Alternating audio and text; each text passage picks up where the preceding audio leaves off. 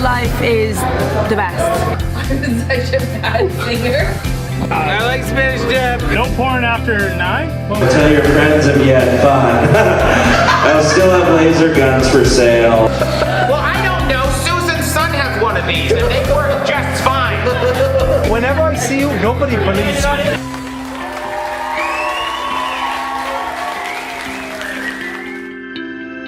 Hello everybody and welcome to an experiment called life. It is your host Alex McKenzie here with you. This is ECL number 18, I believe. We are flying solo today. You're gonna love it. We got some exciting stuff coming at you. It is Thursday, October 29th, 2 days before Halloween. Exciting stuff. We're down here in Vancouver. Before we get started with the show, we will do a little bit of housekeeping. I'll let you know I have some shows coming up with Simon King, the man. We're getting the band back together. The guy who got me to quit my job and move into an RV. The one and only Mr. King. Me and Simon are doing shows November 13th and 14th at the Kino Cafe here in Vancouver on Cambie. You can get tickets. The ticket link is on my website, alextellsjokes.com. You'll find tickets there. They're $20. Please come out and support it. I am filming for the Winnipeg Comedy Festival, so that would be really cool. I need some friendly faces in the crowd to come there and show up. If you have any friends that are in Vancouver or you live in Vancouver, please come out or at least share the page and support it. That would mean the world to me. We may live stream it on TikTok and Facebook and Instagram as well. We're not too sure yet, but I'm thinking that's what we're going to do. But only if we sell out. First, we want people buying tickets first because we need the room full, and then we'll probably live stream the show if it works out. Yeah, so that's what I got exciting coming up. Thank you guys so much for all of you who support what I do. It means the world to me. Now, to the bad stuff. You know what happened to me this week that really upset me was somebody stole one of my jokes. This guy online stole my joke on TikTok, and I've had a lot of people use my jokes online, and it was totally fine. Because it's like a lot of time they'll credit you, right? They'll either like tag you in it or they'll use your audio or they'll duet or stitch it or whatever. They find a way to credit the original creator. Is where this guy just straight up stole my joke and then he acted like he didn't steal it. And I tried to talk to him about it. I messaged him, talked to him a bunch, and he didn't care, which was really frustrating. The thing that drove me nuts was once I saw him starting asking for paid sponsorship for it, because he got almost 5 million views off of it. And in his fairness, I think he delivered my joke better than I did. But he was driving while he was doing it. No one seemed to give a shit about that. So that was cool to learn that we can now drive in TikTok and it doesn't really matter. And then this guy, he also got on Instagram. He ended up on Banger Buddy, which has like 5 million followers, which was really frustrating. To see this guy getting praise from everyone and people like, man, this guy's so funny. I was like, he's stealing all my shit. Like, look at his Instagram. He doesn't have a single joke posted. It's just pictures of him with his shirt off standing in front of cars. The guy has nothing to do with comedy, but he's just stealing from people. Anyway, Banger Buddy doesn't seem to give a shit. They love promoting that, which is weird. I messaged them as well. They didn't even get back to me, and then they just started promoting more of his stuff. So I guess that's how that goes when you're working with the big leagues. But what do you do? Anyway, I got a good joke out of it. He ended up pulling the joke down off of TikTok, which was good, after being berated, because then I went on my Instagram stories and posted everywhere, and then people went and attacked him and got him to take it down, which was really nice. So thank you, everybody. I'm not promoting attacking people, but I mean, thank you for having my back, you guys. It means the world to me to know that you guys out there supporting my original content that keeps me writing. This guy actually did inspire me to write a good joke, or what I think is a good joke. So I wrote it today. I'm going to tell it to you guys. It's great. I wrote, so someone stole my joke, and my friend was like, but you created that. That's like stealing your baby. I was like, relax, Sarah. I mean, that's a little extreme. I mean, if someone stole my baby, I wouldn't want it back. So I got a funny joke out of it, so we're gonna let that fly. Gonna try that on stage. I'll probably try it tonight. Tonight I'm at 7:30 p.m. at the Hood 29 down on Main Street. I've been getting on stage probably 4 times a week. Last week we got on stage 6 times, man. It was so cool. I love it. And I'm just watching, like, I'm getting so much better at this. You just got to get more and more stage time. I'm working hard trying to get on stage as much as I can. I recently had some struggles with my old habits coming back, you guys. Not drinking or partying or anything. I am now, I think, like over 50 days sober. So hold the applause for that. But it's going pretty good. But I started playing video games again. And that was not good. Because immediately I just started watching every area of my life unravel. So I normally run a pretty tight ship. You know, like I wake up in the morning. From the moment I wake up, I write for about an hour first thing before doing anything. Then I meditate for 10 minutes. Then I pledge to my sobriety. Then after that, I either go TikTok live or I do some more writing or any kind of housekeeping I have. Then I go to the gym. Then I go to the gym for about an hour and a half, roughly. After that, I post my TikTok. Once I'm done posting my TikTok, I come home and then I have my first meal of the day. So this is about probably around 2:30, 2 o'clock, I'd say. I have my first meal. After I eat, then I do video editing. So I edit for my vlog or podcast or whatever video editing I need to do. I do that for, 15 to half an hour every day. And then I also try to do some kind of general housekeeping, just cleaning my living space, that type of thing. And then that basically gets me to around, 5 o'clock. And then it's almost time to go to a show. Then I eat some food. Then I'm out the door on my way to go and do gigs for the night. I'm usually out from about 6 o'clock until 10 or 11. Then I come home and do it all again. Now, the problem is I started playing video games. And when I started playing video games, I just started watching every area of my life slowly unravel, like all the discipline. So it started with, I started playing video games. So I was doing it, started late at night. So it was like after I'm done all my shit, end of the day, I'm like, you can play some games, man. Play for a couple hours. I'd play for a couple hours, but then I was staying up until 2 or 3 in the morning, and then I wasn't waking up early. Now I was waking up around 10 or 11. Now, by the time I got going, once I did my writing and did my stuff, it's closer. Like, I'm not getting ready to go to the gym until 3 or 4. And that was not good. And then what ended up happening is I didn't have time to cook and eat healthy food, so then I started just ordering food in. And then when I start eating shitty, I start gaining weight. I start being like, I don't really feel like going to the gym. I don't have the energy. I'm tired.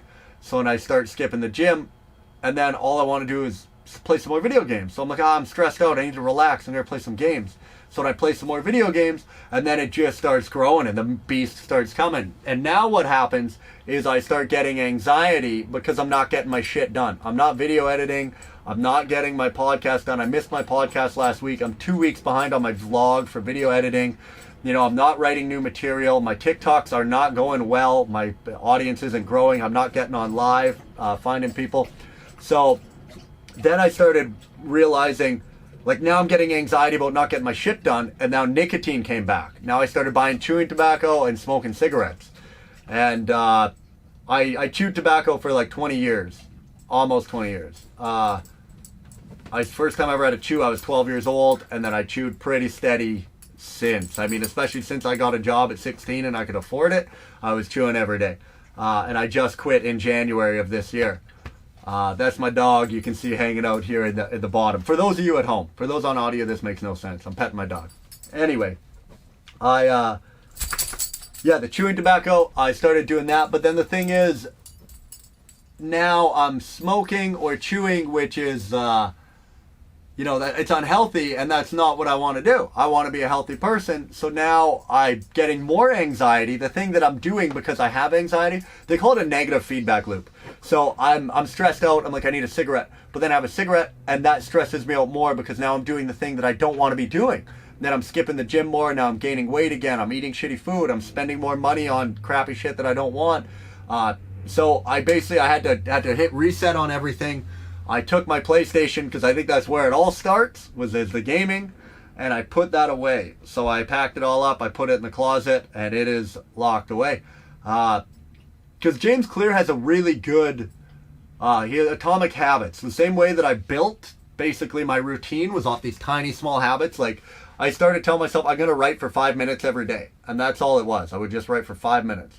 And then now that's grown into an hour. I told myself I'd go to the gym for, 15 minutes, 20 minutes a day. And now I'm at the gym for over an hour and a half every day. And it's just these small, tiny habits just build and build and build. So one of the steps he said for building a habit is you want to put as few steps in between you and the habit you want to do. So make it really easy. Make the habit you want to perform very easy. And inversely, for the habits you don't want to do, make it hard. So what I've done then is I put my PlayStation in the closet and unplugged it all. So if I do get the urge to play, I'm going to have to go dig through a bunch of shit, get the PlayStation out, plug the cords back into the back of the TV, into the power bar, get it all set up. And I'm not going to do that. I'm just like, fuck it. I'll just, watch TV or read a book or something. I won't fall back into that. Or it just makes it harder to do. So that's a good little tip for you out there if you're trying to do that. And it's been working. I'm repledging to nicotine, so I'm trying to do that. I'm not going to smoke or drink, I'm not going to smoke or chew tobacco. I started doing that in my daily pledge, just like I do with my sobriety. And yeah, just building it brick by brick, man. Just trying to build the dream. Writing every day. Try to write 5 jokes a day. I finally came up with a good joke today after a couple weeks, and I think we're just gonna keep this ball rolling here. What else is new?